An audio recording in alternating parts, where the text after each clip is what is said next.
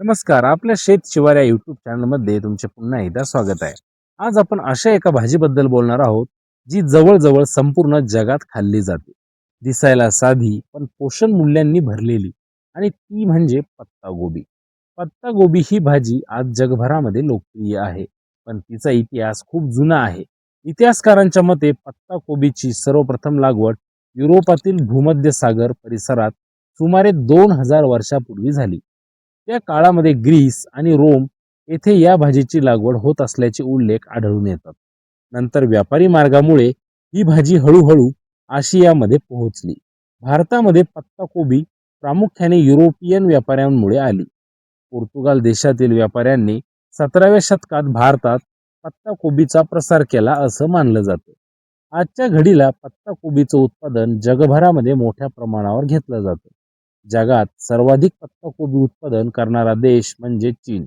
चीनमध्ये मोठ्या प्रमाणावर शेती तंत्रज्ञान, अनुकूल हवामान आणि प्रचंड मागणी यामुळे पत्ताकोबीचे उत्पादन सर्वाधिक होते. त्यानंतर भारत आणि रशिया या देशांचाही मोठा वाटा आहे. दुसऱ्या बाजूला काही लहान बेट राष्ट्रांमध्ये पत्ताकोबीचे उत्पादन खूप कमी प्रमाणात घेतले जाते. उदाहरणार्थ तुवालू किंवा नौरू यासारख्या छोट्या देशांमध्ये जमीन आणि हवामान मर्यादित असल्यामुळे पत्ताकोबीचे उत्पादन अत्यंत कमी होते. भारतामध्ये पत्ताकोबीची लागवड जवळजवळ सर्वच राज्यांमध्ये केली जाते. मात्र सर्वाधिक उत्पादन देणारं राज्य म्हणजे पश्चिम बंगाल. यानंतर बिहार, उत्तर प्रदेश आणि ओडिशा ही राज्ये ही मोठ्या प्रमाणावर पत्ताकोबीचे उत्पादन घेतात.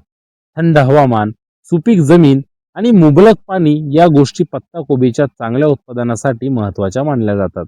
विशेष म्हणजे आज पत्ताकोबी जगातील 100 पेक्षा जास्त देशांमध्ये मुख्य आहार म्हणून घेतली जाते. युरोप, आशिया, अमेरिका आणि आफ्रिका या सर्व खंडांमध्ये ती वापरली जाते. पत्ताकोबीमध्ये व्हिटॅमिन सी, फायबर आणि अनेक अँटीऑक्सिडंट्स असतात, ज्यामुळे ती आरोग्यासाठी खूप फायदेशीर समजली जाते. पत्ताकोबीपासून जगभरात अनेक प्रसिद्ध पदार्थ तयार केले जातात.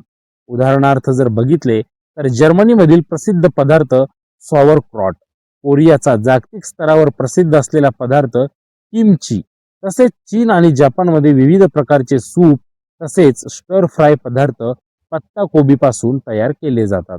भारतातही पत्ताकोबीची भाजी, पराठे, सूप आणि चायनीज पदार्थांमध्ये मोठ्या प्रमाणावर तिचा वापर केला जातो.